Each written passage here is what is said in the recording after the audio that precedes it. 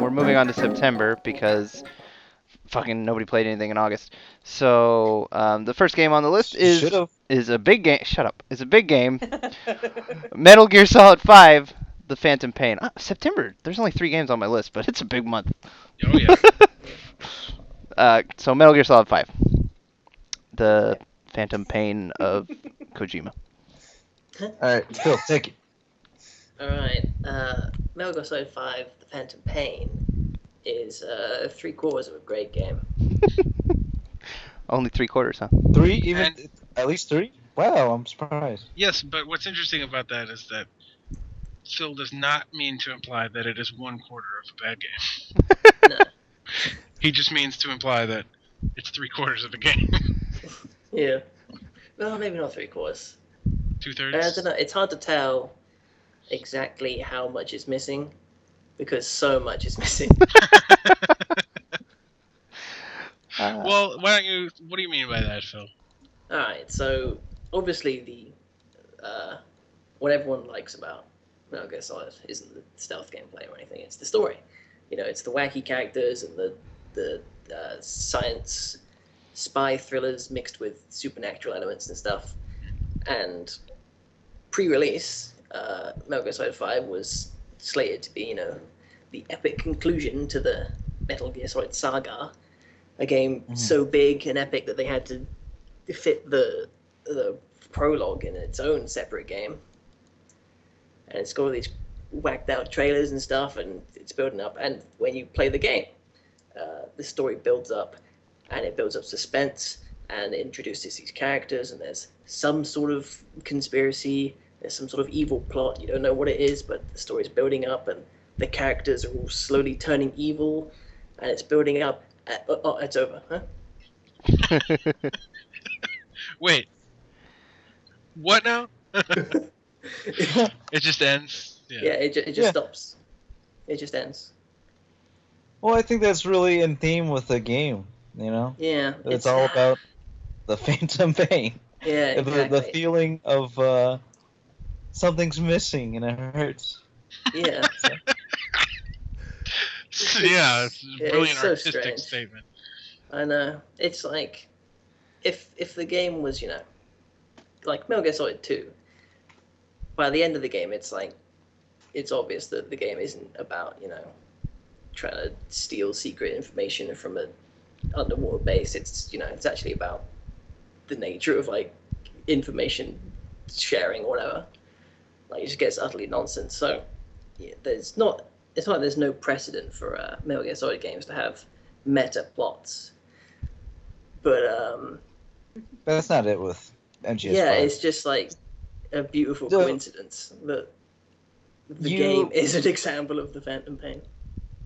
You didn't like talk about like what happened outside of MGS5, but essentially, everybody knows. What I believe is Konami cut funding for Kojima because he's taking too long to develop his game. Yeah. Because So it's clearly that he had plans for a massive game. You know. Yeah, absolutely. The president What of Konami the president of Konami is like known to just not like Kojima at all for whatever reason. Yeah, they just don't get along. And I don't know if like the budget was running up too big, or you know they wanted to get it out by, you know, before. Well, it just seems like Konami's like done with the games. You know, they don't make slot machines. Instead of was it PES or I don't know what their soccer game is Pro called. Evolution Soccer. Pro Evolution Soccer. They don't do anything. Konami didn't give any fucks. They weren't at E3. They don't have any games. It's just Metal Gear Solid 5. If you go to the Konami Twitter right now, it's just Metal Gear Solid 5.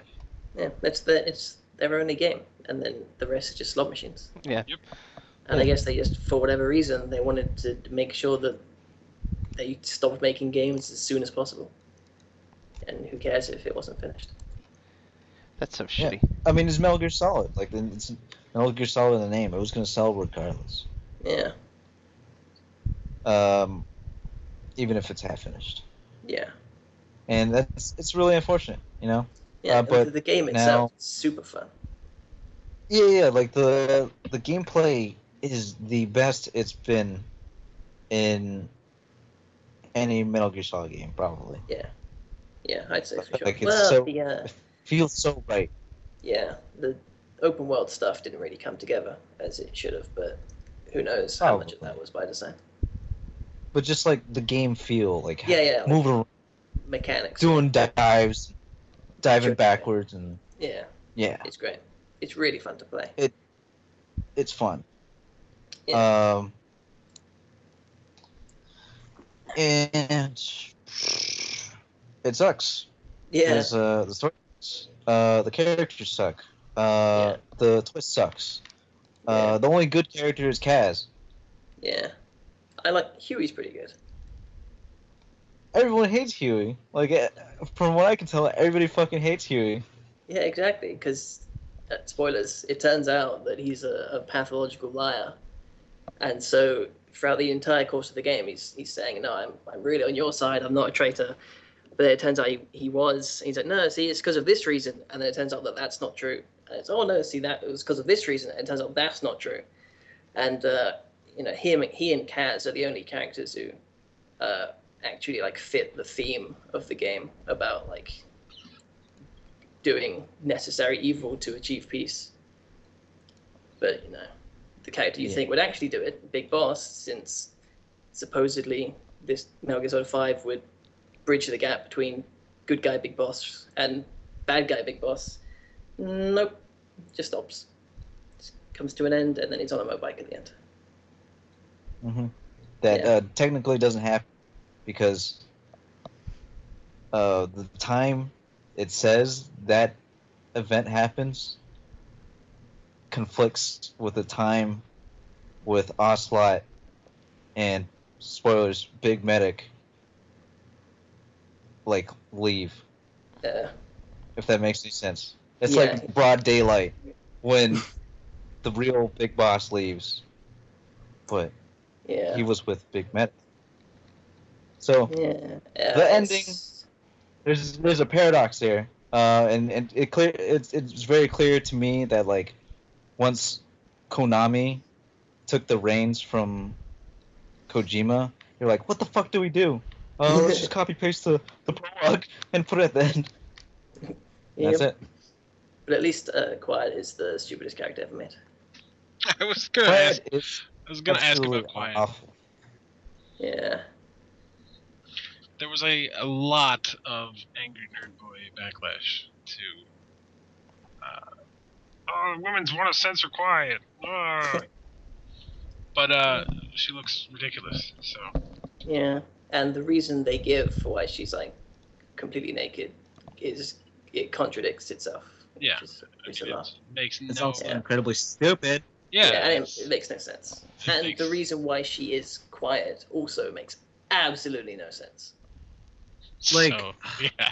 I think Stephanie Houston. Yeah, is her name, right? Yeah. She looks good. You know, it's really unfortunate that her character is absolutely awful. Yeah. There's really no reason for her. And it's really. I mean, when her entire like plot arc could be resolved with a pen and paper, you got problems. All right then. Yeah, it's a bad game. You don't even need to get her. You don't even need to get her. She's optional. Yeah, that's true. That's true. And she's not even as good as the dog, because the dog can knock people out. Yeah. And also, the dog is fucking, like, essentially a radar. Yeah, he's way too good. Yeah. And it should be worth mentioning that Quiet is amongst the partners that are animals, a dog and a horse. So what? That's and a robot. That's kind of fucked. Oh yeah, and a robot. Yeah. What do you mean, like the same category? Yeah. What? Like, you can only choose, like, for a partner for the mission, you can only choose one of those: the D-Walker, the D dog, the D horse, and the D no quiet. And the D quiet. Yeah. The D quiet. Wow. Okay. Just like a tool for Big Medic to use. Yeah, pretty much. That's pretty. I thought she was pretty fucked up already, but Yeah, it's awful characterization. Like, yeah, it's rubbish. It's terrible. The thing. What a bad game. it's awful. But the actual gameplay is so good. Yeah. The best it's been, and it's really disappointing that Except for the it's half finished. That's microtransaction stuff with the base building. Oh yeah, that's super shitty too. All the essentially like the game has like free to play elements to it, but you have to pay for the game. yeah. Well, that's all the- like we're talking about free to play so much, but that's people are doing that now. With like MGS5 did it. With paid game? like $60 video games that Yeah, they're Phase putting. 3 did it. Like, doesn't Arkham Knight do it? I have no idea. I think Tomb Raider does. Well, like that's messed up. Don't do that. God, jeez. Gee whiz. Yeah, we've already paid for your fucking game. Shit. Yeah, give us the game. You didn't even give us a full game. Yeah, We exactly. paid for that game twice because we bought Ground Zeroes. Yeah. But if you buy the PS4 Special Edition, then you can watch an unfinished cutscene of what would have been the last mission. Good. Are you for real? Yep. Ah. Yep. And yet, nominated for Game of the Year. And that doesn't even fucking answer anything. Yeah, I know. It just raises more questions. Yeah, it's just rubbish. So many people complain about Metal Gear Solid 5, but it's still like got praise, so much praise. Like I said, it's been nominated for Game of the Year everywhere. Like I guess because like the merit of the gameplay alone. Yeah, Yeah, the gameplay most people alone, don't like I finish said, games. so good. Wait, Yeah, and that did you say most people don't finish games? Yeah, so they Yeah. don't know it's bad. that is also true. Fair enough. I didn't finish many games. I'm sure like 99% of the people who played Witcher 3 have not finished it. I think that's just a fact because how big that game Yeah. is. Yeah. Yeah. That's Game of the Year. that's crazy. Yeah. Well, that's Metal Gear Solid 5, I guess. The next game on the list is Hold on. okay. Fine. Don always has to make me hold on. Let me just talk about Metal Gear Solid 5 real quick. You just did. But go on. What do you want to say? If you're gonna talk about it real quick, then don't say it like real quick. Okay. Well, yeah. Okay, I know. But you mentioned Ground Zeroes, Yeah. and like that was obviously like a ploy to get people to fund the development of Phantom Pain, just like Rising Revengeance. Mm. Yeah. Even though that game was actually good, but like I feel like I got more enjoyment out of Ground Zeroes than I did the Phantom Pain. Sure. And it's No, really that's fair enough. It's like one solid but, area that's like- built to be played multiple times. Yeah, and it's so much more like tight knit, you know. Yeah. It's really disappointing. It's kind of I don't know. I don't know If you how don't to know, explain. then we're moving on. Yeah, go ahead. Go ahead. Sorry, I just wanted to say that Ground Zeroes was better than Phantom Pain, and even though it's like Controversial opinion. just a demo. I feel like everybody that played Ground Zeroes, like even if they were outraged at like the price point and the shortness of it, I feel like everybody loved the gameplay of it. You know, Yeah, so I don't think. and the it's Phantom that- Pain take those and sort of like improves on it in terms of like gameplay, you know. Yeah. They really took what they had there, optimized it even more, and now nobody can use the Fox engine ever again. That's a shame. Dang. All right. So the next game in September is Super Mario Maker. Clap, clap, clap, clap, clap, clap, clap, clap. All right. Go ahead, Ricky. Me? Oh, is there a specific question you want to ask me about Mario Maker, Matt? No. What about it? I think you got the most enjoyment out of Super Mario Maker. Yeah, than yeah. any of us I've here. seen your stages the It's most. killer I stage. haven't even played it. Mm-hmm. You don't want to ask like for a certain number. Oh, like how many stages have you played? How many hours have you No. put into it? How many hours? Yeah, you Yeah, go ahead and ask me. Yeah, how many hours have you put into Super Mario Maker, Ricky? Hi, everybody. My name is Ricky. Hi, Ricky. I've played Super Mario Maker for 248 hours. Jesus How many? Christ. It hasn't even been out that many hours. 248 hours. Oh. I've played it 122 times. I really like Mario Maker. That's roughly 2 hours at a time. Anyway, go on. It's just it's really good. I always loved level editors. I sunk a stupid amount of time making levels into Mega Man Powered Up on the PSP, which was like And Pushmo. not the first level editor ever, but it was the first one that I played that I felt was like really robust and that like had a lot of customization options, you know. So I was super looking forward to Mario Maker ever since it was announced, but everything that they like showed off, every time there was a new piece of information or a new trailer for Mario Maker, I got more and more excited. I was like, oh man, that's cool. Oh man, that's cool too. Oh, that's even cooler. Oh my god, I can't wait for this game. I think that making levels on a touchscreen is so streamlined and so easy to do and pick up and fun to mess around with that even if you are not attracted to the idea of making your own levels, I think it's still worth like picking up to like Play around. just playing around with the tools. It's not worth picking up if you're thinking, man, I really want to play like other people's levels because all levels are rubbish. But besides that, there are a lot of cool levels out there. That's not entirely true. A lot of very creative people have made some really cool levels, but you're not gonna find them unless you like go looking Go on the digging for internet for them, YouTube or Reddit or whatever. Makes sense. But yeah, the level editor honestly I think is robust enough and simple enough to use and understand that it's just really fun to mess around with. You know, you might think you're like not a creative type, that you don't have any like ideas for levels, but Me. You're describing. you might be surprised. You know, sometimes you just start putting pieces down and you see something that interacts in a weird way that like you've never been able to see or do in a Mario game because you know they've never had both Galoombas and I don't know bloopers in the same level. Ever, you know, you just never know until you start putting stuff down and seeing how it interacts. And I think the one thing that makes Mario Maker work as well as it does is being able to just instantly hop into your level with the press of a button. Yeah. Because in Mega Man Powered Up, it was really tedious. You had to like save the level, and then you had to like drop out and go to a completely different menu to like test it out.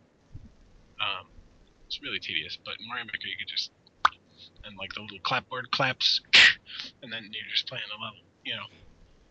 Yeah. Super fun, super addicting. I've made a lot of levels.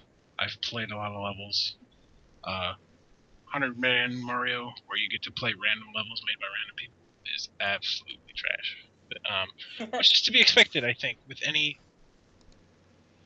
Game where you let people Yeah, make their own stuff. user-generated content. Yeah. User-generated content, most of it's just gonna be crap because people don't know how to make good levels. You know, it's hard to make good levels. It takes a lot of practice and careful examination of what makes a level good. Well, even if it's like just a badly designed level, there's also people that make levels that like auto scroll, like you don't move at all, like just to show off, like, oh look we can get you to the end of the stage without you having to do anything, or look at this cool I fucking hate those. Look at this cool music I made, or like, if it's not that, then it's fucking Kaizo shit that like only they can beat. If you're not holding left and jumping at the second this level loads, you're gonna get crushed by a swamp. Yeah. Like, skip, you know. Thank God you can skip in 100 Man Mario. But yeah, it's. Also, there's like no search functions whatsoever. Yeah, that's pretty. Well, now there's the website. Yeah. Can I search? I think it was some... keep kind of like type Yoshi and get stages with Yoshi. You actually can add tags to your like bookmark thing. But I don't know how well it works. You know what I mean? Yeah. Mm-hmm. But I like when the game first released, I've always felt like they needed something like an external site where the stages were cold and you Yeah. had a better selection of quality stages rather than Yeah, it does kind of. shitty Yeah. ones. It does definitely kind of need that. The thing, I have like so few bad things to say about Mario Maker, but I definitely there's some stuff that would be really nice to have, like slopes, or when the game launched, it really needed checkpoints, which it now has, which is fantastic. Yeah, they patched it in. But like, I don't think any of the like for what's there. It again, like I said with Splatoon, it doesn't feel like you're being shortchanged with what comes on a disc. You know, there's a lot of tools to mess around with, and there's like an endless amount of variations that you can build a stage around. Yeah. I just had a whole lot of fun with it, obviously. Would you say? I think a lot of people had a lot of fun with it. It's a very social game. Yes. When it first came out, like especially, people were all over that on Twitch, and it's really, I'm kind of like it was actually kind of a good idea that they kept the game single player because like it's a game that can be enjoyed watching somebody else Oh, playing. absolutely. It's such a treat to watch people play your levels, or to watch people play really hard, just any levels, Yeah. It's great fun to watch, great fun to mess around with. It's not my game of the year, but it's definitely, by a lot, the game I played the most this year, and considering it came out in September, That's saying a lot, yeah. that's kind of a big deal. Would you? I feel this way, and I haven't played it. But would you say it's the Wii U's killer app? It is. I definitely If they think came out with this game at release, Launch? I think the Wii would have been way bigger than it is. I would have to agree with that. Yeah,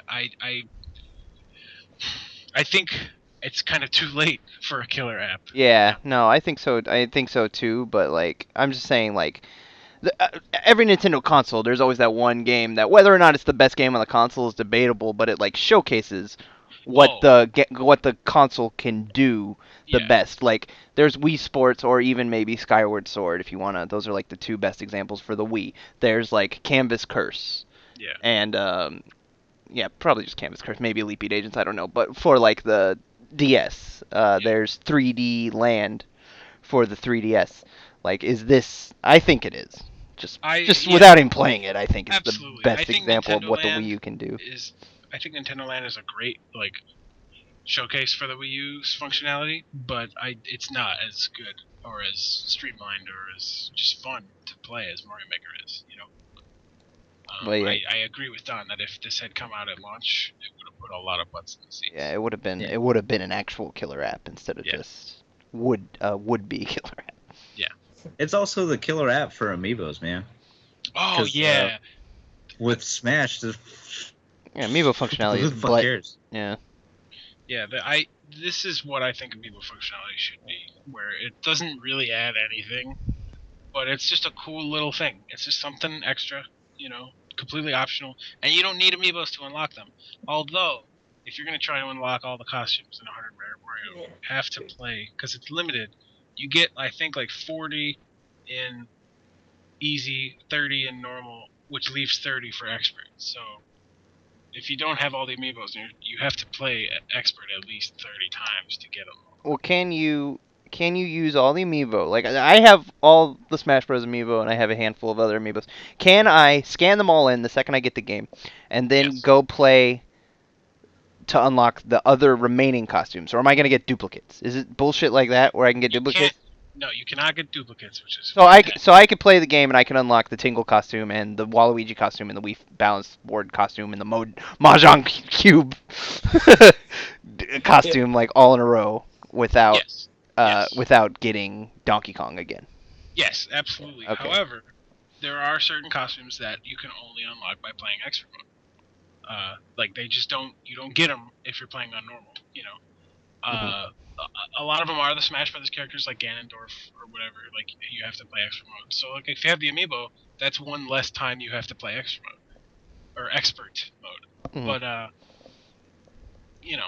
there are still, off the top of my head, I don't know which ones are locked, but like expert mode is so bad. Yeah. That's the point I'm trying to make. Is that You still have to level- play it to unlock the. I feel like they should redo it. Yeah. I There needs to will be some say, sort of They rating should system.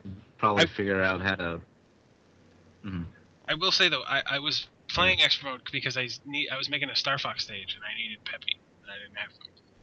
So I needed to unlock the Peppy costume, and I eventually got him, and I put that Star Fox stage up. But while I was playing it over and over again, trying to unlock Peppy, I do feel like they have done a slightly better job of sort of cultivating the levels that are picked for expert mode. I want to say they might have lowered or maybe raised. No, it would be lowered the percent of like completion that it's based on. Yeah. Because that's what determines. You don't get to set a level as expert when you're making it. It's determined by how many people fail it and how many people die on it. And I think that they have,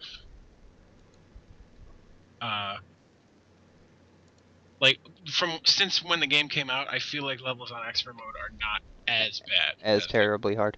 Yeah. I've gotten, if you skip on expert mode, skip the crap, you'll eventually get one that you can play. That's good. So that's nice. Yeah, I really like. And they've continued to support the game with extra costumes and Yeah, I think that's great. Like they've added new stuff, pieces. Yeah. and even if they didn't add new stuff, I think the continued addition of costumes and their little stages that go with them, I think that's a great way to keep the the game going. And they've added some really cool ones like Captain Toad and the Triforce Heroes Totem Link and Areno. Oh, I love that one. And I love that one too. And Mercedes-Benz GLA, the best Nintendo I love character that one of all too. time. So, Captain Toad, Birdo, yeah. and Daisy. Yeah, finally Daisy. Yay. The internet complained about Daisy when we finally got her, and she goes, "Ow!" She's so fucking annoying. I've watched videos of her, and I'm just like, ugh, you're the worst. Go away. Hi, I'm Daisy. No, she doesn't say that, I don't think. She doesn't, but she's never gotten over being that annoying. Yeah. So, but yes, Mario Maker's a fantastic game. I highly recommend it, even if you don't think you'd be into a level editor. It's just that fun to mess around with. Don said before the game came out that he was just not really into making his own levels, but he messed around and made a few. Yeah. Yeah. I I want don't to even have the game. I want to I get know. it. I want to get it. I still don't have it because I'm the worst. I borrowed it. I'm the worst. I have And made as a like aspiring game developer, like I've been working on my own little thing on the side.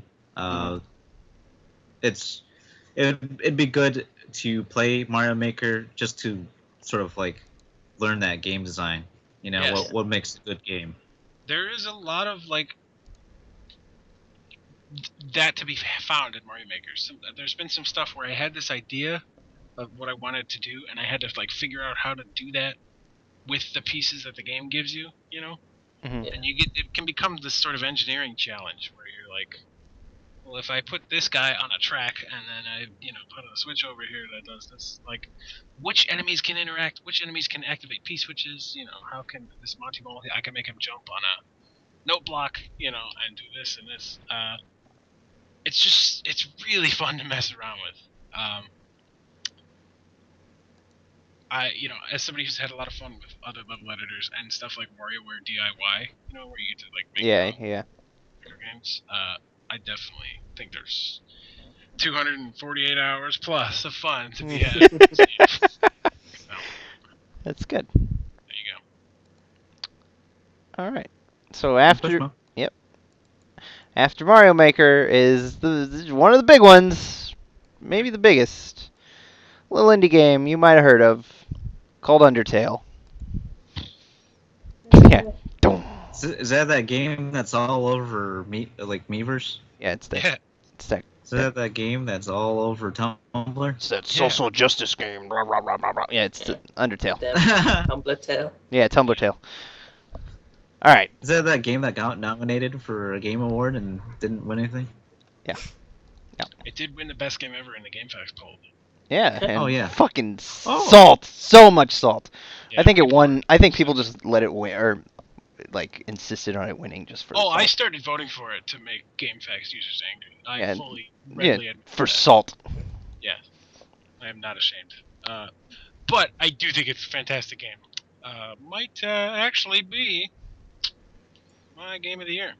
Wow, it's probably mine too. Actually, Alright. I have a hard. I don't know. I just have a hard time deciding, but You played it the most recently, man. I did. Um, Don bought it for me for Christmas because he's a good guy, and I wanted to play it really bad. And I finally played it, and that's an experience. You want to talk about artsy indie games? That game's kind of an artsy fartsy indie game, um, because like Phil said earlier, it's very aware that it's a video game, Yes. and it tries and it does break so many video gaming conventions. Like it's an RPG based pseudo Earthbound style RPG. It's very reminiscent of Earthbound, and it's just the whole time you're playing it, you don't have to actually kill any of the enemies, and that's just that mechanic alone makes it so unique and so different. That's kind of the big like selling point of the game. I Yeah, think. it makes you. It makes you think about every single like random monster that you encounter. Like, Yeah, it makes you like question your own like morality even. Like everything that you've been sort of trained to do in other RPGs or other video games. Period is just kill everything that's in your way. and in this game you like learn about them, like you talk to them and each character has a quirk, and it's very good. It's very good. Um now we're laughing at the chat, but it's Sorry. and there's a lot of things about it that are also we were talking about this with like uh the what was fucking it's been so long since we started talking about the very first game, Life is Strange, that that there's a lot of very progressive stuff in it, like there's gay characters in the game or like hints at gay characters in the game, and it's so good. It's so good. Yeah. The, again, like Phil said about Life is Strange, just the writing and the characters are so strong. Yeah, the writing is so strong. Yeah. Some of the strongest in any game I've ever played. Yeah, it's such a funny, likable, memorable game with these fantastic characters that you just care about. Like the game. There's no like gameplay incentive to not killing everything, other than Right. that you feel bad because they're such fun characters. You know. Well, there's no real incentive to kill anything either. Yeah. No, there's not. You can do it if you feel like it. But Yeah, and the game actually. Well, I think it's more like you can kill monsters because that's what the conventions were. Like you just kind of kill for the Kill. thrill of killing things in RPGs. You just Yeah. that's just what you do. You go and walk in grass and kill things. You know. And to be absolutely fair, on the No Mercy run, that is when you see some of these characters at their best. So, but like we can get to that later. So. Yeah, the game does have multiple endings. Yes. Because there's an ending that you're pretty much expected to get because Right. The game Toby Fox, the developer, kind of had it in mind that maybe you're not gonna know that you're not supposed to kill anything at the very beginning of the game. So there's an ending you get just naturally for playing it the first time. You're most likely going to get the neutral ending. Yeah, and then there's a pacifist ending where you don't kill anything and you befriend all the characters, and then there's a genocide ending where you fucking are a monster and kill everything. Yeah, you go out of your way to kill every last monster. Right. You have to be like, you have to want to kill everything. Basically. The thing about that is like Jess said, you get to see every side of these characters if you choose to take these different paths. And one of the things I think is most fascinating about Undertale is that if you do go the pacifist route and you spare absolutely everything and you befriend all the monsters and you get like the best possible ending, the next time you load up the game like begs you not to play it again. It's like, please, these characters got their happy ending, please just leave it at that. And like nothing is stopping you from just starting over and undoing everything that you've done to go on and try and take a different path. But again, the only thing that's stopping you is your own emotions, or, Yep. or the only thing that might be stopping you, I should say, because a lot of people have certainly gone to play the No Mercy route. But I find that so fascinating that this game, with all these different branching paths and options that affect the outcome of the story, you would think would encourage you to play it multiple times, but it kind of begs you not to, and that's fascinating to me. It's something that It's really, extremely cool, and it just I think, like the rest of the game, it's something that can only be done in the medium of video games. precisely.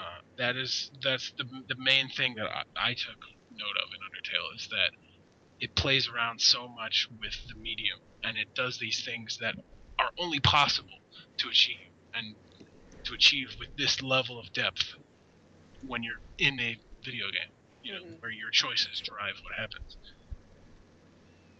It's such an experience of a game. Like, Well, like Matt said, you want to talk artsy fartsy indie games? yeah, it's pretty like, because it's like I said, it's an experience, and it's just you can't. It's not the type of experience you can have anywhere else. Like, it has to be a video game, like, to tell that story, and it's so good, and it's very self-aware. It's really a phenomenal game. Like, I played it well after it had come out, and there was all this hype surrounding it, and it still managed to live up to that hype. I think that's like an important. I think that's just a testament to how good it is. Yeah. It definitely. I've seen a lot. This happened with the Game Facts poll, like we were talking about. A lot of people have been like, I don't want to play it because nobody's shutting up about it. I'm tired of it. Mm-hmm. Yeah. And although, to be fair, nobody is shutting up about it. I know, and that is true. But I just don't have time for people that are like that. That are, because it's popular, they just don't want to give it the time of day. Mm-hmm. Sure. When it's so well made and it deserves your time. Yeah, and then like it's a big deal because it's an indie game, and like there's so many indie games released every day that don't become big hits. That I love when one does become a big hit, even if it's not a game I care about, like Five Nights at Freddy's. I just think it's great when an indie game can gain that kind of traction. Yeah, that kind of mainstream like attention. Notoriety. Yeah, exactly. It's Don has said this a lot. It's very inspiring for like wannabe game developers. This is one. He had help, but primarily this is one man's vision. Uncompromised. Kickstarted successfully. The game came out. Everybody loved it. It's very inspiring for people. Yeah, it's been nominated for multiple Game of the Year awards. I don't know that it's won very many. It was IGN.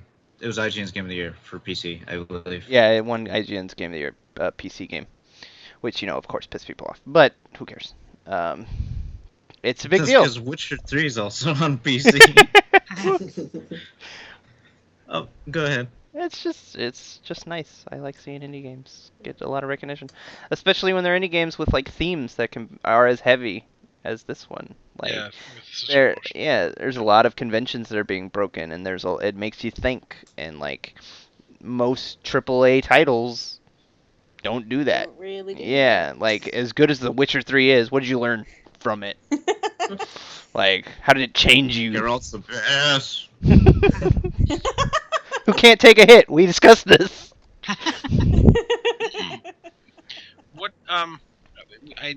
We've gone this far. I can't believe we haven't mentioned the killer soundtrack. It's just fantastic. Yeah. Oh my god, the soundtrack it's a great soundtrack. Yeah, music in the game is great. Toby Fox, primarily, his work before this has been composing music. So, he is a hell of a composer.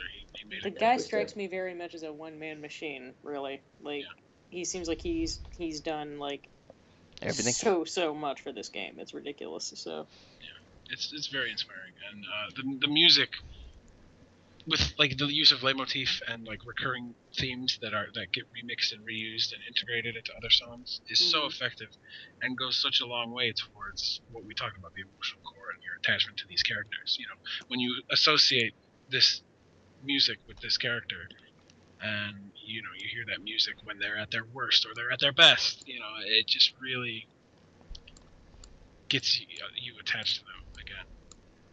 So, phenomenal game. My favorite game that I played this year. I don't think it was the best game that I played this year, because It's pretty simple. It's easy to see why it would be your favorite, though. It's a small, you know, short game. A game but maker it game. Really resonated with me, and I feel like It resonated with a just lot made of me people. happy. You know, I feel like my life is better for having played it. So, I don't think I'm a better person or anything for having played it, but it really. It stuck with you, though. I'm so glad that it exists and that I played it. You know, I just enjoyed it so much. Have you played it on a genocide path? I have not. Have you? It's now on half the entire game. Yes. Have you, It's Phil? half your Have you? hard-earned money not spent. It's only $10. I don't feel like I wasted my money playing the 2 runs that I did. I played it twice. Yeah, because Well, okay, hold on. You were talking about how at the end of the True Pacifist run, they beg you not to play it. Yeah. when you But started at over. the end of the No Mercy run, they punish you for playing it. Yes, absolutely.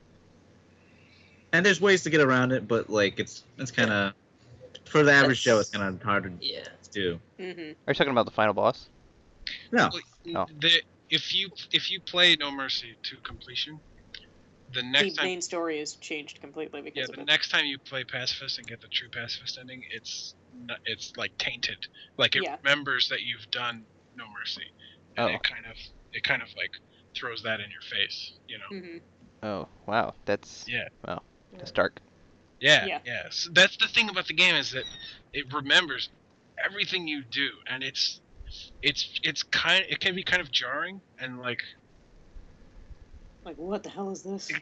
It can kind of take you out of it a little bit. It's like, oh yeah, I'm playing a video game, but I think that's the game's strength. Like I said, it's doing stuff that you can only do in the video game. Yeah, like the final boss remembers how many times you've died to him.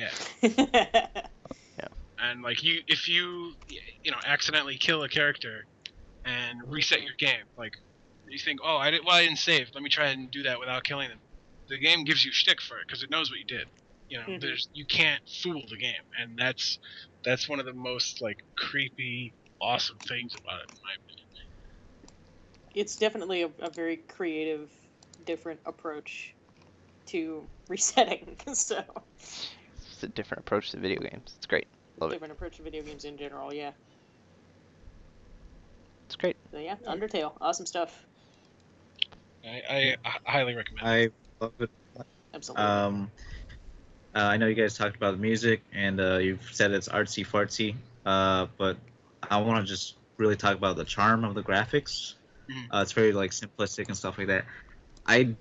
Ideologically, the game looks like shit. There's parts of it that look like shit. Crude. Yeah. Well, the main character is. No, that sprite is terrible. It's very like also limited in frames of animation and stuff like that, and but it just has so much charm. I think that I don't want to like excuse, you know, some of the bad sprites and bad art direction. I'm not saying like, oh, it's supposed to be that way, but I do think that as a whole, like as a package, I think that the game's art direction works with what it is. Yeah, you know, I think it's appropriate for what it is and what it's trying to be. And I think it does make some of those emotional moments resonate all the more when it is kind of ugly looking, you know. So I'm not saying like, oh, who cares that it's shit. I'm just saying like I think it does. I think it works. Yeah. Yeah, of course it works. And I'm not saying it's a mark against it. There's just so much charm to it, and like if you go on our Twitters, all of our icons are like Undertale battle sprite style, you know, the just simple black and white, and it's just unique to this game, you know. Yeah. And we haven't even talked about another one of the main like gameplay elements is like the whole bullet hell thing during the RPG battles, Mhm. which I think is a really cool. Take on the RPG. Yeah, it makes every battle like you're not just like mashing attack. Even if you're trying to spare Mhm. stuff to not get hit and killed yourself. Yeah. And I feel like that really energizes like every single battle. He said he was inspired by obviously Toho, which is a bullet hell, but also the Mario and Luigi games, so you have to like dodge and counterattack enemy attacks. Yeah. And I could see that, and I think it works really well to the game's advantage. It keeps it fresh. Yeah. It's very. Yeah, that's something that's never been done before, like a bullet hell section in RPG. Oh yeah. And he introduced mechanics. Each of the bosses do different things and stuff like that. Yeah, like there's different like modes of moving around your heart that affect how the battle plays out. Yeah. Yeah, and I feel like the difficulty progression is actually pretty balanced, at least for the normal way of playing the game. With the No Mercy route, it kind of fucking sucks dick. It's like whoa, that's super Yeah. hard. That's because the basic enemies are like too easy. I feel. Yeah, it's like it's Yeah. they. I don't know if you mentioned this, but like they really don't want you to play No Mercy. It's not meant to be fun playing. No. Yeah. Route. You literally have to like go out of your way to grind for encounters, and Yeah. that's part of the statement is that it's not supposed to be fun to just kill everything. Yeah, and once you're done killing with everything, I feel like he jacks up the encounter rate for encountering nothing. It's so annoying. That message is so annoying. Nobody came. I got it. I know. And it takes away the music. Yeah. The beautiful music. He knows. It actually like slows it down to like a really creepy, like Oh yeah. ethereal, like Yeah, version like of that Inception. area. Yeah. Really like more horrific. Yeah. Yeah. Which is, Phil, that's part of the reason like I felt like I didn't really need to see that path. I know you're right that I am missing out on a lot of like content and a lot of like character moments and cool fights and stuff that I am missing out on, but I feel like I don't need to see it. You know what I mean? Sure. Yeah. Absolutely. Which I think is You could just watch somebody else play it, and also Flowey in the No route gives you shtick. there's It a gives line people. They're talking Yeah. about because he knew the game knows that people Yep. would feel guilty playing the No Mercy route, but would still want to see it. Too long. So there's a line in the No Mercy route It about took how Dawn forever to get well, there. So. you're fucked up that you're doing all this shit and killing all these monsters, but at least you're better than those people that want to see it but are too afraid to do it themselves and are just watching it. So if you're sitting on YouTube watching the No Mercy route, the game knows. The game knows everything, even if you're not playing it. It's really ingeniously put together. Yeah, the game even knows that there's alphas porn. Yeah. Or not alphas porn, Toriel porn. Yeah. Yeah, I was about to say. Yeah. Alphys knows. Alphas knows Yeah. that there's Toriel porn out there. Yeah. He knew. And she wants to see some herself. So. Yeah, I think we've pretty much covered it, but yeah, it's great. It is a great game. Definitely needs to be experienced by all. Frisk looks like my daughter. My daughter looks like Frisk. I'm listening to you. I'm trying to make sure they don't move on to the next thing.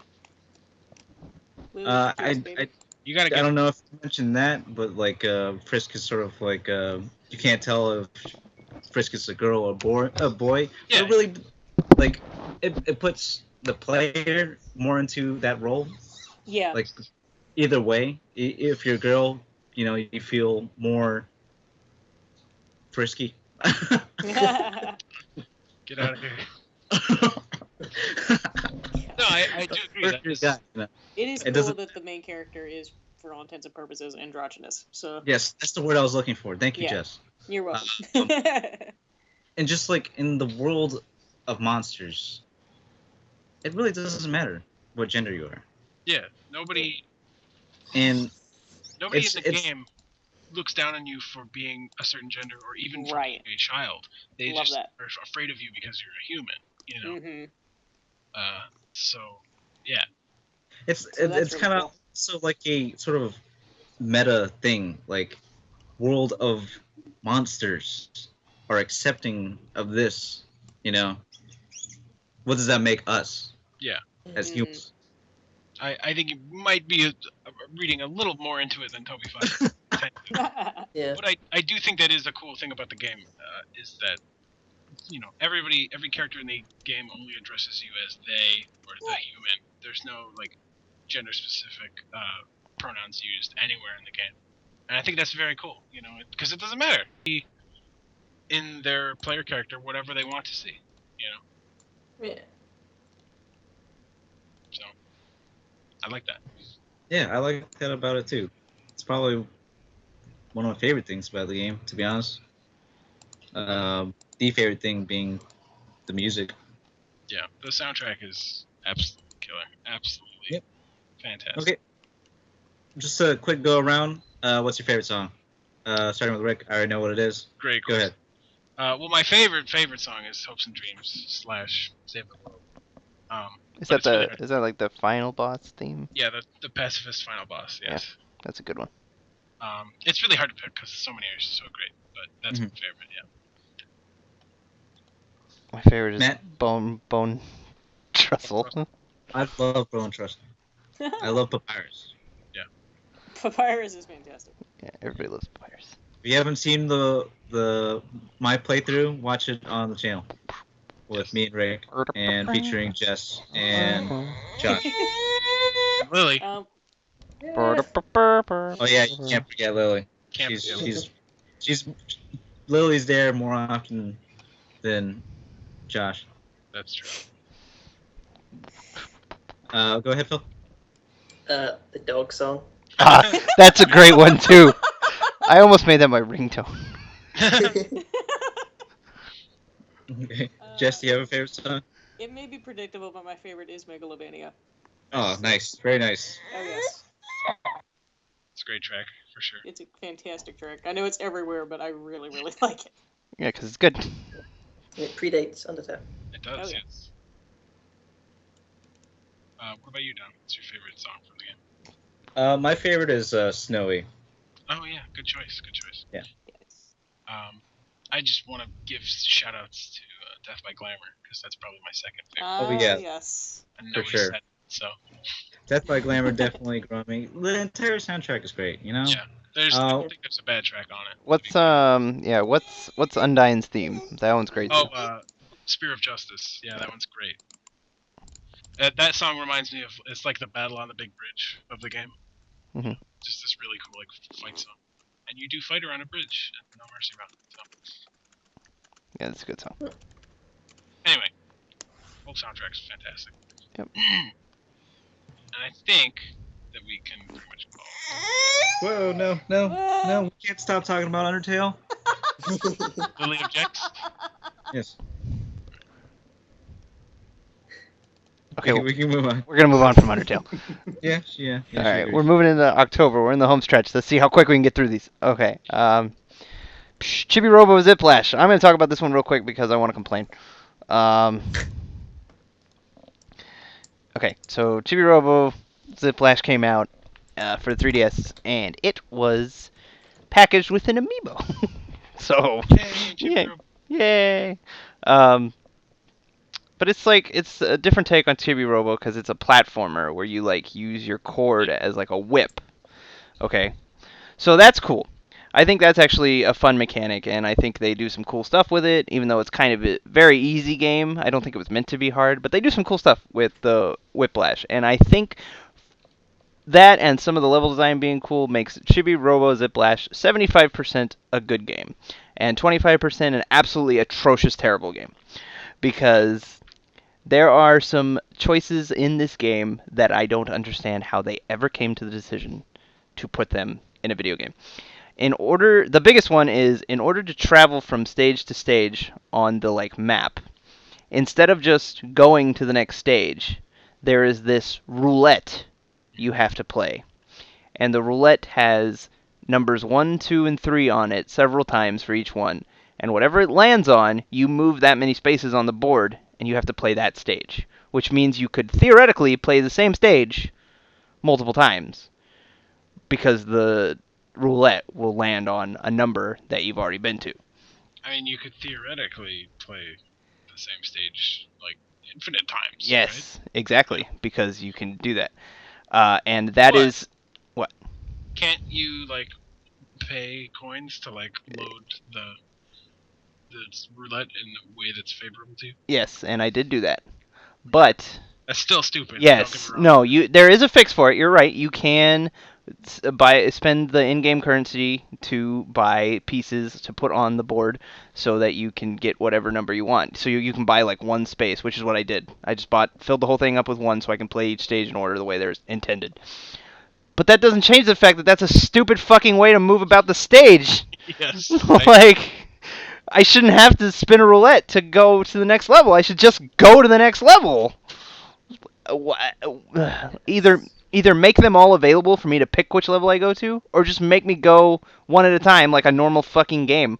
Why do I have to spin this roulette every single time? They even make you spin it when you go to the boss stage, and the only thing on it is the boss stage. Like, Oh god.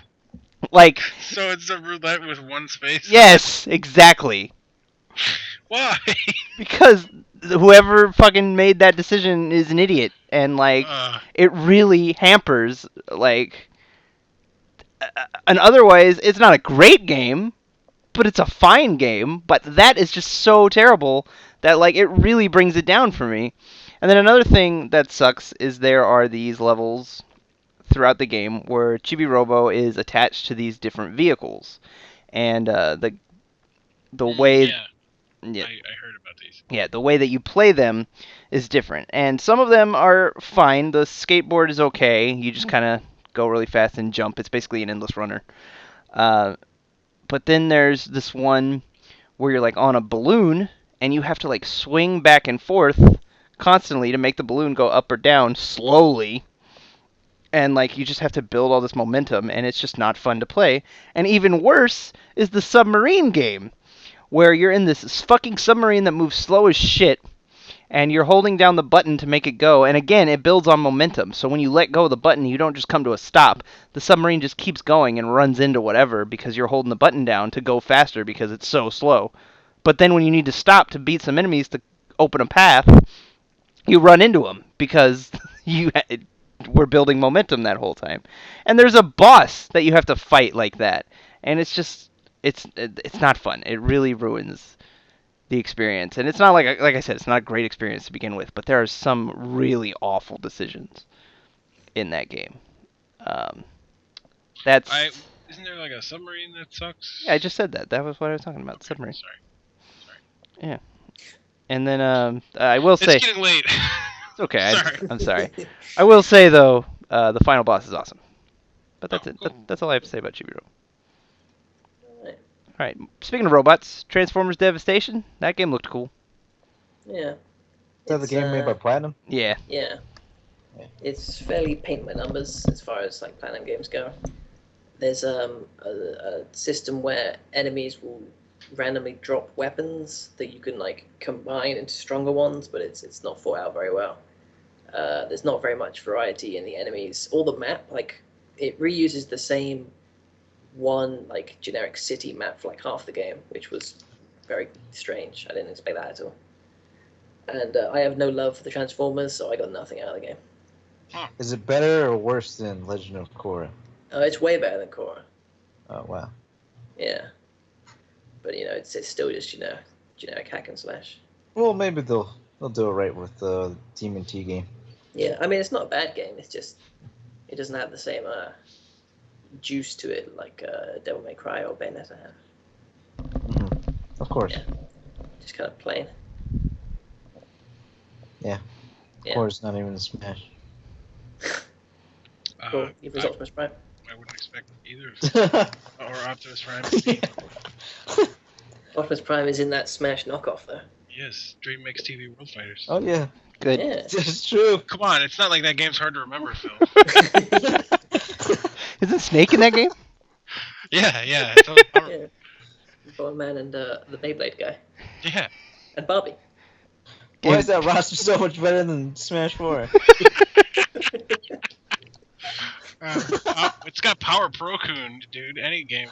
And, Twin and, Beat. and like an Easter Island head from what's that from Gradius or something like that? Yeah. Fucking Yeah, Parodius, and, something. Master Higgins. Yeah. What a game. Nice. As Okay. him, or is it Majin? What's it called? Takashi Well, Majin? it's the character from Adventure Sure. Island, not like the It's not like his likeness. Yeah. Cool. That's a stacked roster. Yeah, I mean, people kind of joke about that game, but it's pretty cool, actually. Like, it's obviously not as good as Smash Brothers, but I mean, Bomberman and Power Pro Coon and Twin Bee and Master Higgins and Solid Snake and Optimus Prime and Beyblade Guy. This is entirely too long to spend talking about DreamMix TV World Fighters, but whatever. Next game. Okay, Yes. all right. The next game is Yoshi's Woolly World, which is actually really good. Oh yeah, that game's great. I really liked Yoshi's Woolly World. I think it's the best Yoshi game since Yoshi's Island. Wow, you are the boring internet reviewer, because that is what everybody else has said. Well, That's because all the games since Yoshi's Island suck dick. I mean, Yoshi's Island DS was okay. yeah, I like Yoshi's Island DS. It just gets hard too fucking quick. But yeah, Yoshi's Woolly World. I'm not gonna talk too long about it. It's great. Because we need to, wrap things up. But I do really like the art style, obviously, and it's just a super charming game. The level design is great. They do some really fun stuff with the yarn mechanics. I think this game. I love Kirby's Epic Yarn, but I think this game takes better advantage of the yarn stuff. I think it does too. There's a level towards the end of the game. You might not have gotten to it yet, Ricky, because No, I haven't beaten it you're yet. a Sorry. fuck. I didn't beat anything. But there's a level towards the end of the game where there's conveyor belts made of Velcro that you stick to, and your yarn balls can stick to it, and enemies stick to it, and it's great. That is such a genius idea. I absolutely loved. It's pretty early in the game, but the level with the wireframe chain chomp that you can on and off by covering it with yarn, and you get it to chase you. Oh man, I thought that was a brilliant level. That's one of the best stages in the game, and it's not even the best one. But yeah, they really take advantage of the yarn, just the yarn aesthetic, and really implement it into the gameplay in certain parts. And it's really smart. The level design is great. The music is really good, and it has pretty cool amiibo functionality with the little costumes that you get.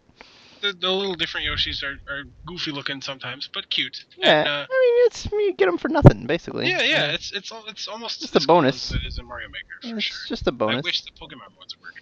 Yeah, I don't know what the fuck is wrong with the Pokemon Company and Game Freak, but they hate Nintendo or something. Well, none of the Pokemon amiibo work in anything. I was surprised they work in Mario Maker, to be honest with you. Sound effect. Yeah, they don't. They don't have any sound effects. But yeah, Woolly World. It's a good game. It's not the best platformer for the Wii U, but it's good. I wanted to get it. I think it's a great game to play with Lily. Yeah, it's got it's a fun 2-player mode. Oh yeah, for sure. Yeah, it'll be fun. I haven't got it. I have the amiibo. Oh yeah, I have the amiibo too. A super easy mode as well. It does. Where you fly. Get wings and you can just fly forever. I call it Kirby mode. The game's already not that hard. No, it's not hard at all. Well, if you're even. I mean, if you're a child, yeah. Yeah, I was playing it with my little cousin the other day, and he did. Yeah, well, I mean, that's what it's there for. It's for young people. I don't mind that. As people who get uptight about super guides really upset me because they're missing the point. I think they fucking Mike Matei thinks beating a hard game is makes you a better human being, and you should have little children kiss your feet because they can't fucking do. By the way, this guy thinks. Anyway. Okay, cool rant. Moving on. The real game of the year. Neko Atsume. Yeah. Kitty Collector. You pronounced it wrong. It's Atsume. Atsume. Sorry. I fucking... Atsume. Atsume? I don't know. I don't know. Maybe I shouldn't make a video about it because I don't know how to pronounce it. Oh my god. But Atsume. yes.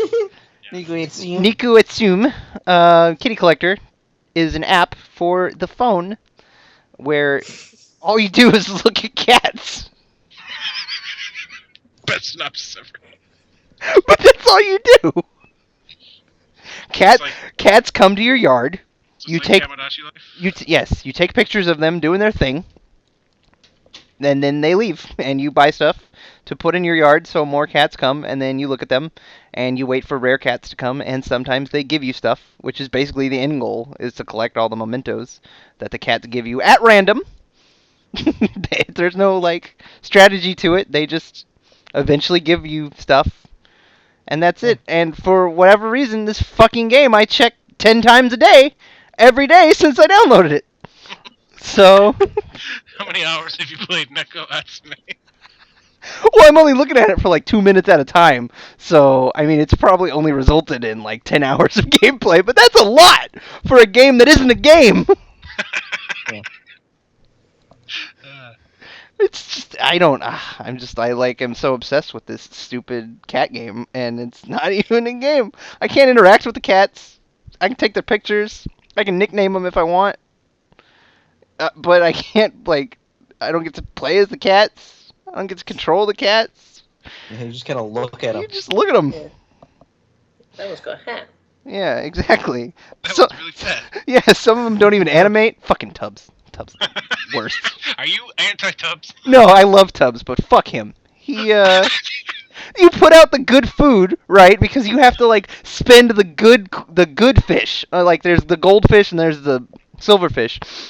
Or the gray fish or whatever, and like the goldfish are hard to come by. You can either spend real money on it, which I have never spent actual money on this game, by the way. You can spend real money to get more goldfish, which gets you better food, which gets you better cats. But the better the food is, the more likely it is for Tubbs' fat ass to show up and eat all your fucking food. So it's like a waste of time putting it out. Like, I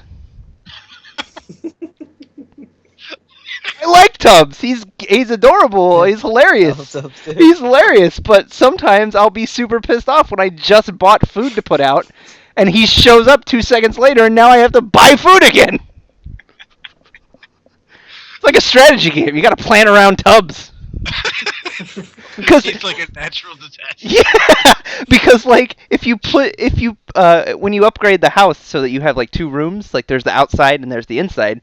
If you put good food inside and like put certain items so that certain rare cats show up inside, Tubbs does not show up inside. I don't know why, but he does not show. It takes too much effort to move that far.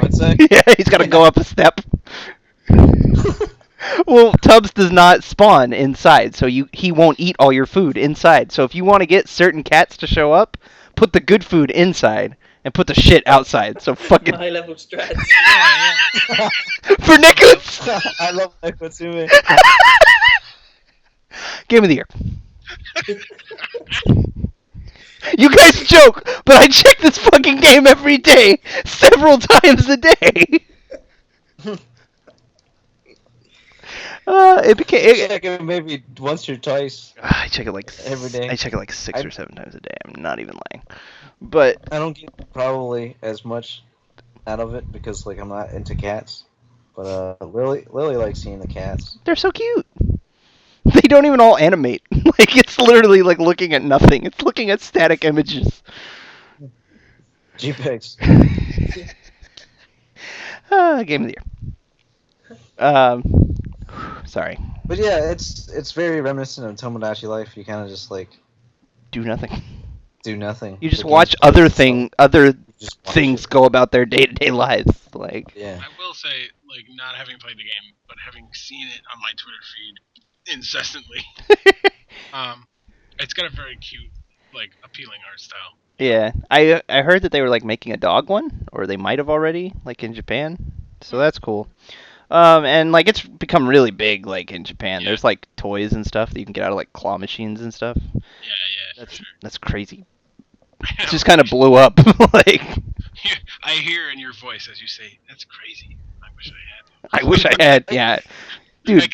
Guy Furry. I would buy a Guy Furry plush. I wish I had them all. But yeah. When like before the English version came out, I tried out the Japanese version because I saw Kinuko. She was playing that. I didn't get it because it's not a game. It's still I not didn't a. get It's it. still not a game. There's still nothing to get. It was in Japanese. I didn't get it. I was like, "Where's the game? What do I do?" Am I supposed to be doing something that I can't understand because it's in Japanese? Was No, it that's the in game. Japanese text message that I miss? How do I get that message again? You can play it in Japanese because there is no game. There's no game. There's nothing. You just put out food, and then sometimes cats come. Sometimes they don't. Here's my big question: should I download Neko Atsume? Absolutely. Everybody should. You can, like I said, it's not a game. You just check it once or twice a day. Look at the cats, take pictures of the cats. Maybe they'll give you something. And like, you don't have to spend any money on it because like you get the like fish at a rate. I feel like quick enough to where you don't have to invest real world dollars to buy any of the toys for the cats. Okay. So yes, There's also download seasonal items it. too. During Christmas, they changed the background a little bit. Had added some snow. There's like a Yeah, the little music was snow different, rabbit. Yeah, the music was different. and they added a new special cat, Ooh. Frosty, the snow cat. Yeah, it's Yeah, good. there's all sorts of like Christmas items and stuff like that. Yeah, it's not. 10 out of 10 game of the year. It's not a game, but I love it. I love it. Alright, we can move on. We can move on. Alright. Zelda Triforce Heroes, a game some jerk played without me. You know, I like didn't want it on the list because I knew you would. But I felt like we had to talk about it. It's a new Zelda game, yeah, that nobody played. Go ahead, talk about it. I think it's great. I always loved Four Swords. I think that it's really hard to get four people together on the same couch to play Four Swords because there's no online. Well, also, you have to have GameCube adapters for your Game Boy. Well, you could play yeah, okay, but you could play like the anniversary thing on the 3DS. Like Yeah, and hope people downloaded that before they got rid of it. Yeah, okay. So basically, yes, I agree that it's impossible to get people together to play Four Swords. That was my whole point. God damn it. Anyway, so let's make a Four Swords that has three people, which is easier to find, and it's online. Yeah. I think that just that idea is fantastic, and it's certainly that. But also, the costumes I feel really add a lot. They are really cool. Each of them has their own little like unique perk, you know. Mm-hmm. That can be applicable in different stages. Like, fucking, I remember the first time we played the volcano stage, Don was like, "Oh, well, it's a volcano, so obviously I'm gonna bring my Goron suit, so I can just walk in lava whenever I want." And you and Josh can. Josh did that to me. Yeah. Okay. Yeah. Well, like, I remember, like, I went in there and like me and Josh didn't have Goron suits, so I don't know why Josh wouldn't have picked his. But you were just like walking everywhere as a Goron. You're just like, okay, you guys, see you later. Bye! And I was like, wait, I need like hope. So yeah, I think that adds a whole lot. I love the like emoticons. They're so much fun to spam, and I feel like they really. We were talking earlier about Splatoon like not having voice chat, and I feel like that really. This is another game that doesn't need it because they've come up with these emoticons that makes kind of like a game on top of a game, trying to like convince or explain to the idiots that you're playing with what you're supposed to do. Yeah. Which could frustrate some people for sure. I could see people like hating that. But you know, you have the option to play with friends and just get on Skype or whatever. But I think it's a really cool like solution to that problem. The emoticons are a lot of fun. And the fact that you get rewards, like you have to vote on a stage that you want to play, you know? And like if you don't get it, you still get rewards for playing it. And in fact, they've since patched the game to give you even more rewards for like if your stage didn't get picked, like you get like a bonus thing. You know? That's cool. Which is cool. Like, it makes it like less frustrating, you know, to like if there's a stage that you're really trying for and you just keep not getting it, like you know, they kind of counteract some of that a bit. Yeah, that's good. Yeah, and I didn't get very far in it because Matt started guilting me about playing it without him. I was guilting you, but I didn't mean it. I also didn't get very far in it because Matt kept guilting Rick.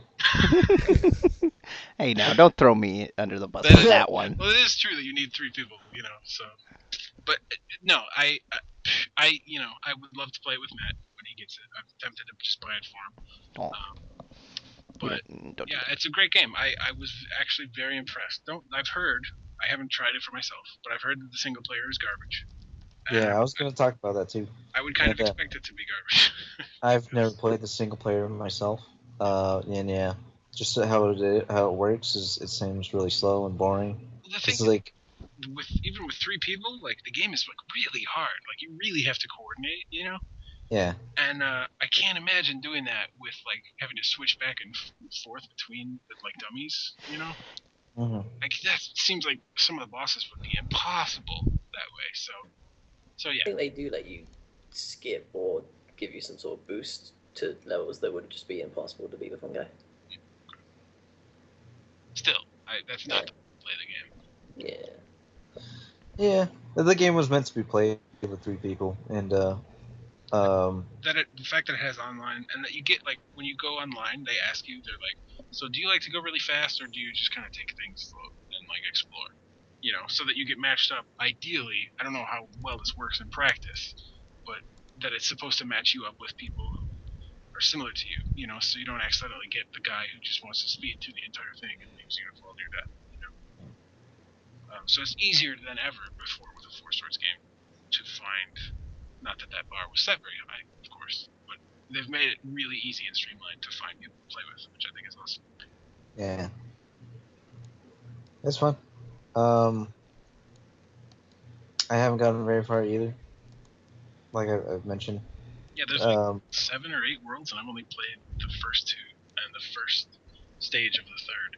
So It's not a mark against the game. It's just like, even with like the convenience of playing online, there's very few chances where I can get Rick and Josh, or yeah, it's somebody true. else who has Triforce like heroes.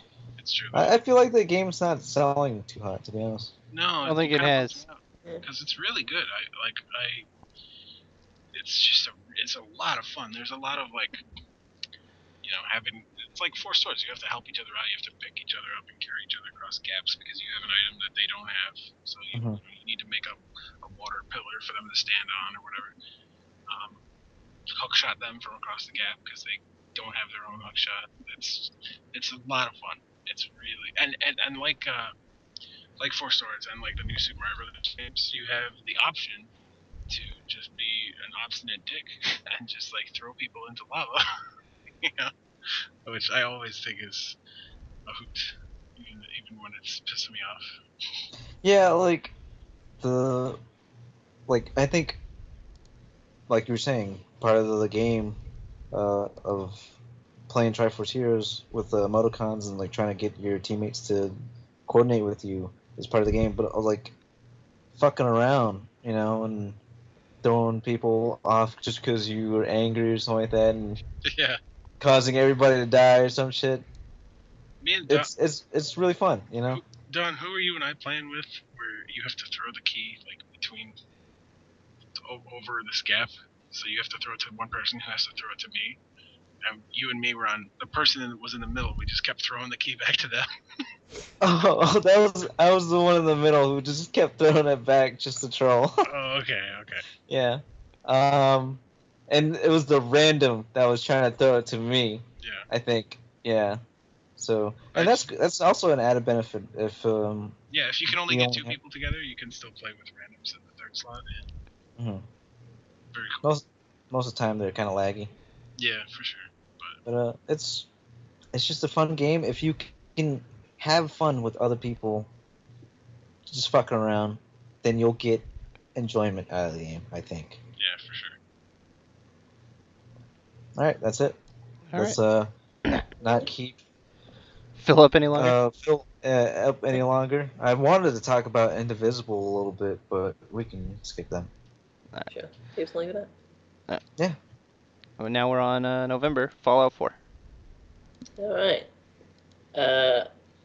Fallout 4.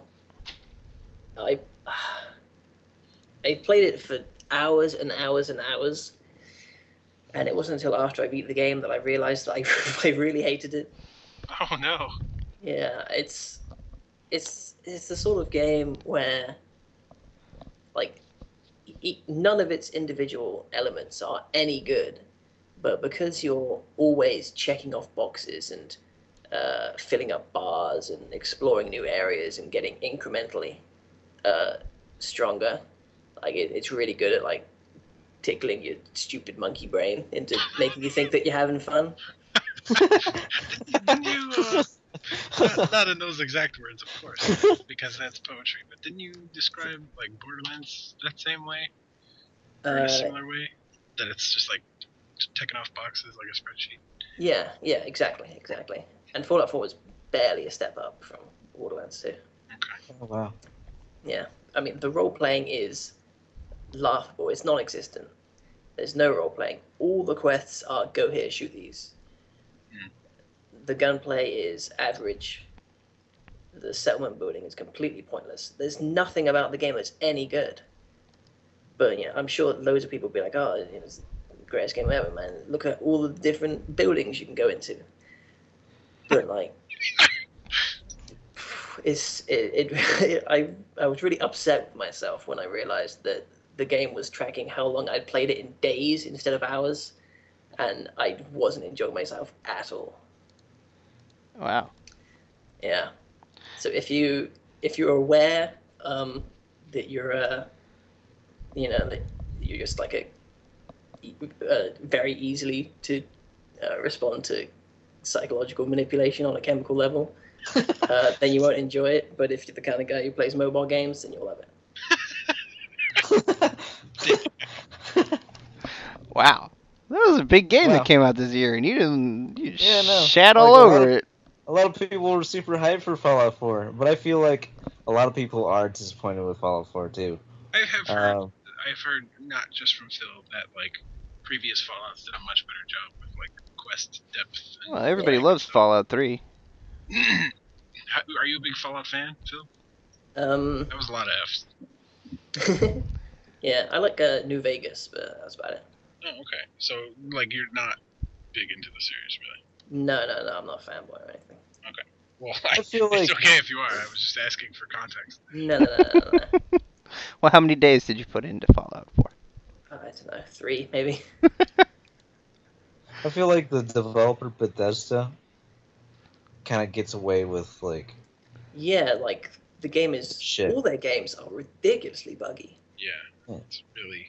I've been saying that for a long time. Since Skyrim, probably, I would assume. And No, like, before that. I know that. I know it happened before that, but like, most people probably started to really notice with Skyrim. But like, they still get away with it. Their games are praised like at launch. Like. Yeah. Because people, they love to fill up boxes. They love to see that ding and have their level go up by 1. Oh. And who cares if it doesn't, if it's got absolutely no ramifications. It's shit. Like, you could break it down, like, every single aspect of the game is bad. Wow. Yeah.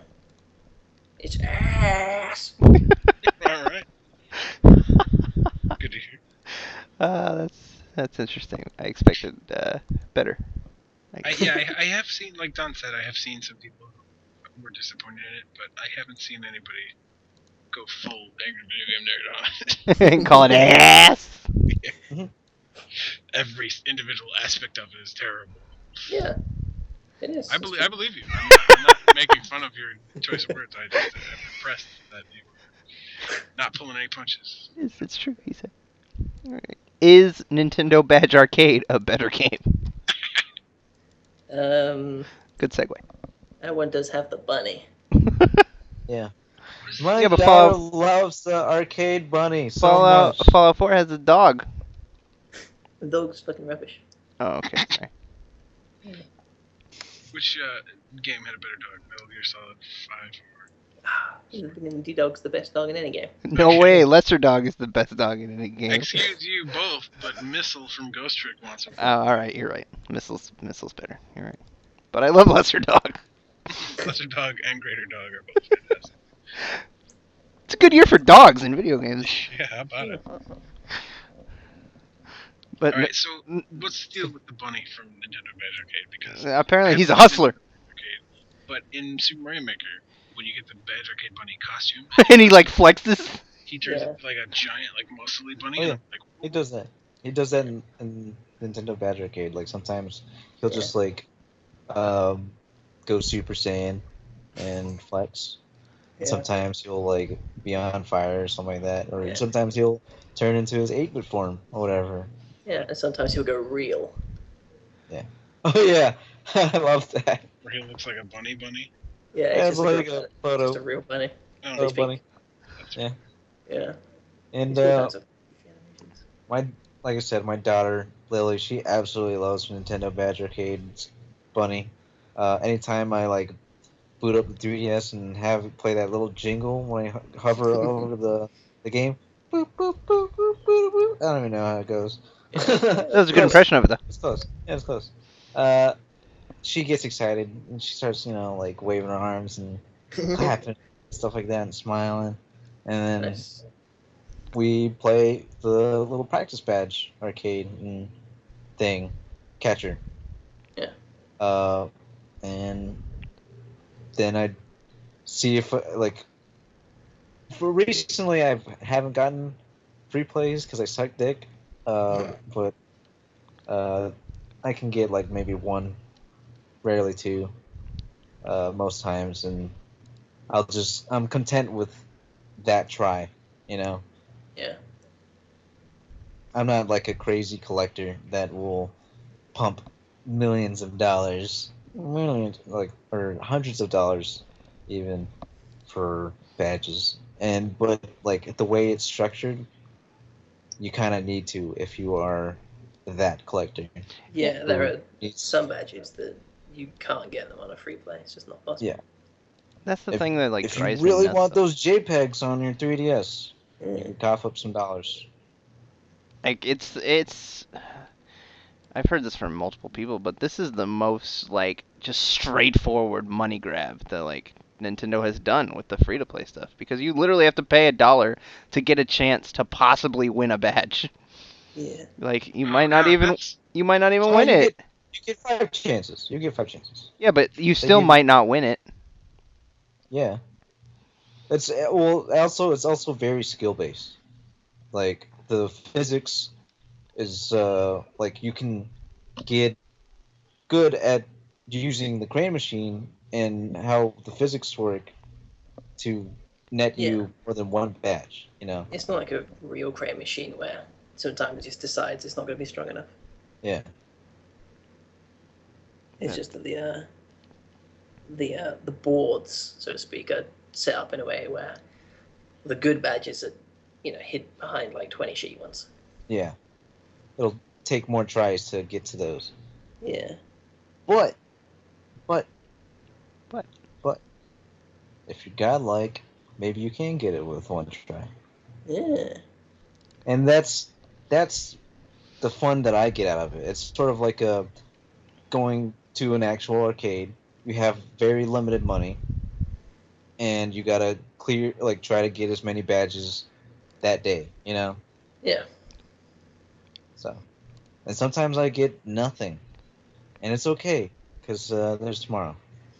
Yeah. And some of the badges that launch software are really cool. Oh yeah. So like you can replace. Not really replace, actually. You just have different other shortcuts that go to the eShop or the camera or whatever. Yeah. But it's great. That's cool. I like it. I like the Badge Arcade a lot.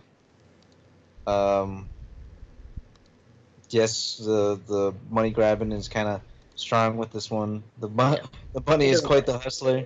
Yeah. It's not like trying to be a game. It's quite clearly a way to buy badges without actually buying them. Yeah. It's not like Rusty's Real Deal Baseball where it's like, yeah, this is a video game. Give us money. Yeah. It's just, you want to buy badges? Freaking look at this bunny, and then he falls into the snow. wait, what? That's Okay. my favorite of the bunny animations. I see.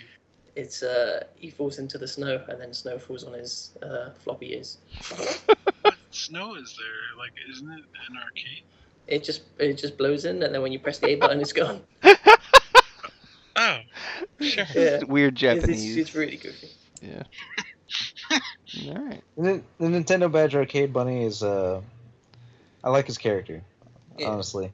That's good. He needs a name. He's Arcade just, Bunny. Yeah, he's just part-time worker. Oh, okay. All right. They don't get names. Minimum wage employees don't deserve names. He knows a lot about Nintendo games. Yeah.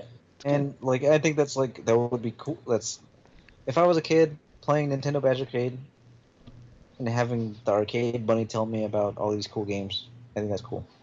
Yeah, and they rotate the badges frequently enough to get a wide selection. Mm-hmm. And also, yeah, they'll like rotate back in old ones too. So if you miss something, you can get it later. I've gotten quite a few Magikarps. Just From like the real life. Gyarados one. Yeah. That's great. It's good. It's good. I like it. Yeah, That's it's it. cute. All right. Mm-hmm. That's it. And my daughter loves it. Good. And I really need Nintendo to come out with a Arcade Bunny plush so I An can buy amiibo. it for my daughter. Or an amiibo, sure. She'd love that too. All right. Well, let's end things with where it all began. Pokemon. Pokemon Picross in December. All right. Free to play Pokemon games. So Back to free to play. I feel like me and Phil again are like the only ones that have played this game. I have because not, y'all have no. played literally nothing this year. Nope, didn't play nothing. Okay. Played Box Boy. Go ahead, Phil. You've played more than me. All right. So everybody knows Picross, I imagine. Yeah. I do, yes. It's a logic-based puzzle game where you fill up squares using clues gained from numbers. Pokemon Picross is just Picross, but all the puzzles are based on Pokemon, which would be fine. I would Sounds pay, like a match 10, made in 15 heaven. pounds for that. But instead, it operates on a free-to-play system where you have to spend, I don't know, gems, whatever they're called, fun bucks, to unlock pretty much every aspect of the game with just a single currency. So if you want to unlock new levels, you need to use the same currency that you would need to have more energy, which is just the number of squares you can fill in at any one time before you run out and have to wait like 9 hours or whatever. Wow. If you want to have more Pokemon, which you will need because every puzzle has certain bonus challenges which you can use to gain extra gems, like use a water type Pokemon or something. That needs gems, and the amount of gems that you need increases extremely quickly to the point where you either need to wait, weeks to unlock 4 new levels that you'll beat in 10 minutes, or dip into the wallet where you can unlock everything for, I think it's like 28 pounds or something, which is, I wouldn't fucking buy 5 Picross games for that cost. Mm-hmm. Yeah, so it's, Picross is timeless. Yeah. And the Pokemon elements they've added, each Pokemon gives you like a special power of some sort, whether it reveals some of the squares or slows the timer down or something. Most of it's like rehash. Like a lot of Pokemon have the same power as another one. Yeah. And then also it's also limited by the size of the puzzle. Yeah, So like a lot of the early completely. ones are useless on the later puzzles. Yeah. But all that element is wasted because the free-to-play element cripples the game to the point where it's practically unplayable after about 3 days worth. Yep, gotta pay for it. Yeah. That is a shame. Let me see here. I was gonna say, I wasn't like super hardcore into the original Picross or any Picross game before. Sure. But I feel like with this one, thanks to those Pokemon, it has eased me into like the deeper logic strategy for like figuring out where the things like things are supposed to go, you know. But at the same time, it's fucking bullshit because of that energy thing, you know. Like you have to really, Yeah, you you know, can't ignore. value like the amount of pixels you put down or whatever. Yes. Yeah, and there's no. I don't know what they call it. Like all the puzzles are free mode, where the game won't tell you about any mistakes you made. Mm. Which, you know, it's fine. I prefer that mode, but I think every other Picross game before also offered a mode that would auto-correct mistakes for a time penalty. So Yeah. it's also lacking features in addition to being shit. Yeah. That is a shame. It sounds Yeah. like a good game to end on. It would be a good game if they had not done the free to play thing. Yeah, Yeah, would have if been they good. just charged like $5 or $10 for it. Yeah, it would have been a great game. Oh well. That's When just, did Super Mystery Dungeon come out? that was earlier this year as well. Yeah. Well, we didn't play that one either. Yeah, fuck it. Fuck Pokemon. All the Pokemon games that came out this year were shit. Wow. And then also SteamWorld Heist. Oh yeah, That game. you can talk about it if you want. It's kind of like Codename Steam. You take turns and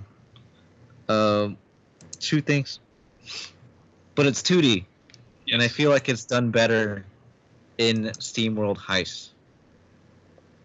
I haven't beaten it because I lost my save file. But it was like an enjoyable game. From what I played, there's like a little feature where like if you just barely miss headshotting them, like you can shoot off their hat, and then you can pick up their hat, and it's purely aesthetic. But you can keep the hat. Yeah, you can keep the hat, dude. Oh, you get a free hat. Nice. Yeah. There's like a Cartman hat. There's a Mutemuds hat. Fuck that. There's like all sorts of like references to other games and stuff like that. Or just like hats in general. Good. It's a good hat game. It's a great hat game. And it's like it's a weird Hat game. mix of genres. And it's totally a departure from SteamWorld Dig. It doesn't play anything like Dig. Having not played Dig, Yeah. but I know it's not anything like it. Yeah. Played Heist. I know it's not anything like SteamWorld. Yeah. But That's fine. It takes place in the same world, and it uses robots. So that's how they're related. It's the same company, so it's Mhm. kind of a spiritual successor, not really in terms of gameplay. But Yeah, it's fun. If you like turn-based strategy games, and if you like something like Peggle or like it's kind of physics-based. Is that what you're talking about? Bust to Move, I guess, kind of, where you like the like primary Puzzle mechanic of the game. Sure. Yeah, puzzle ball. The primary like mechanic of the game where you shoot, you can bounce it off walls and stuff like that. Sick ricochet shots. Sick ricochet shots. Yeah. Yeah. So it's good. It's good. Not like the best indie game I played in 2015, but I wanted to just like download something on my 3DS for me to play while I'm in Florida, and it was enjoyable. Nice. Yeah. Now I play Fire Emblem Fates. Nice. All right. Well, that was 2015. That fucking took forever. Every year it's like, it's not gonna take that long, and then it always takes that long. Yeah, we have a lot to say. I was fully expecting this to take all night. I know. I just the list was so short, much shorter than the last few years. You would think with how few games we actually played that we wouldn't talk for 5 hours, but that's us. Yeah. Mm-hmm. Thank you, Phil, for staying up to 6 a.m. Yeah, sorry about that, Phil. Yeah. Before we go, honorable mentions or No, just not want not random just things? yeah, not just that, but I wanted to say, uh, first of all, everybody say the game that they're most excited for next year. Just one. Pick one. We're not doing a bunch. I don't even know what comes out next year. Zelda, dude. Oh, Yeah, maybe. that ain't coming out next year. I guess it has to. All right, I guess this year, Yeah. technically. Well, You're I'm saying excited Zelda? for Fates, even though I'm playing. No, I'm not saying Zelda. No. I'm saying Fates because I'm already playing and I'm already enjoying it. I mean, I'm Go ahead. pretty excited for Star Fox, but that might not be Really? good. Yeah, people say that game's dog shit. Yeah, I know, and it got delayed, and it might get delayed again, is the rumor. Like, it It's might not kind even, of stinky. it might not even be good. I just want a new Star Fox game. Well, since we talked about a bunch of mobile games, you guys aren't excited about Pokemon Go? I feel like that game's not gonna live up to what everybody thinks that game's gonna be. Yeah, plus we're kind of burned out on Pokemon. Yeah. I mean, I'll Yeah. play fucking a new Pokemon game, sure. If they decided they wanted to release the 7th generation, I'd play it. But, like, I don't know. Go just seems like everybody's hyping it up so much, and I just feel like it's not gonna be what everybody wants it to be. What if it is? Well, then that'll be cool, but I still just Right. can't guarantee that I'll play it a lot. That's true. I won't go anywhere. I'm just gonna catch the same 5 Pokemon over and over again in my room. Got a boater. Yep. Yep. Got to tell. Yanma. Just nothing but Yanma. It's funny. God, I don't even know. I mean, I guess Zelda. Either that or If that even comes out. 7 remake, but that even kind of like. So I don't know. Like, okay, I'm here's most the deal, excited guys. for the Bayonetta DLC. DLC? Yeah. Foreign DLC? Dude. Yeah. Here's the deal. 2015 has been a great year for video games on systems that we don't own. You know? So Yep. it's gonna be the same thing this year. Unless you own a PS4 or Xbox One. PC. Xbox PC. I've never heard of that one. Xbox PC. Well, a lot of Xbox One games are coming over to a PC now because of Microsoft Windows 10. Yeah. Like Killer Instinct and shit. And now there's no reason to have a fucking Xbox One. Okay, so I know what you said, but you kind of didn't pronounce the T really clearly, so it sounded like killer and stinking shit. Yeah. I would play Killer Instinct and shit. It has rash in it, whatever. Yeah. Man. Yeah, stinking shit will give you a rash, alright. Point is, like, because we don't have. Yeah, What's- like I don't have a PS4, so like I'm excited about Kingdom Hearts 3 and F7 remake, but I can't play either of them right now. Well, those aren't coming out this year. Come on. Yeah, like I was gonna say, like another game that would be exciting, possibly, is like the Final Fantasy VII remake. Yeah. But we don't have a PS4, so. Yeah. R.I.P. So I guess it's gonna be Zelda, which I'm kind of with Phil. I would be impressed if that game came out this year. Yeah, maybe there'll be a new console by the end of the year. Who knows? Oh yeah. I think is the NX I- coming out this year? I don't know, but it's definitely gonna be announced this year. I'm gonna reserve judgment on the NX until we actually learn things about that NX. Like a lot of people are hyping the NX as the next big thing for Nintendo, that they're gonna drop Wii U support, and they probably will. They might drop Wii U support and even 3DS support for the NX. But even though they say they won't, it's gonna be like a Game Well, they said Boy about the Advance. Yeah. Yes, exactly. Game Boy Advance DS situation. You'll believe it But when you see it, basically. Yeah, I don't know if it'll be something for me, Yeah. to be honest. Who even knows? Who even knows? Yeah. Right now, I'm just thinking, man, I want to get a PS4 so I can play Kingdom Hearts 3, Final Fantasy 7 Remake, and the HD Odin Sphere. Nice. You're gonna be waiting a long time before Final Fantasy 7 comes out. Yeah. And Gonna take forever. Persona 7 billion. Yeah. Did I'm Persona assuming- Persona 5 even come out yet? No, the game was supposed to come out like 2 years in a row. Exactly. They had to That's the make joke. Persona Q and then Persona Dancing All Night. Yeah. Yeah. Fire Emblem Persona. Hey, you know, Oh yeah, that's supposed to come out this year. a bad game will always be bad or whatever. But A delayed game. good delayed That's a game is good game. eventually good, unless it's Duke Nukem Yeah. Forever, in which case it's not. Not even that's always true. Yeah. Well, we'll see what happens with Star Fox. We definitely will.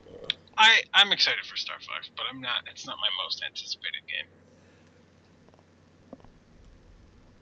I just like Star Fox, and I want a new one. So Yeah. Sure. hopefully it's not total trash. When you say new Star Fox, you mean new fly a helicopter around and then drop a little robot and walk around with a gamepad? Yes. No, I don't. But Well, that's what I'm hearing. I know.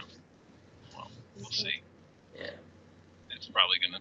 You know, I actually really like Star Fox Assault. So Sure. How slow would you like the chicken walker to move? not very. Come on, man. It might be good.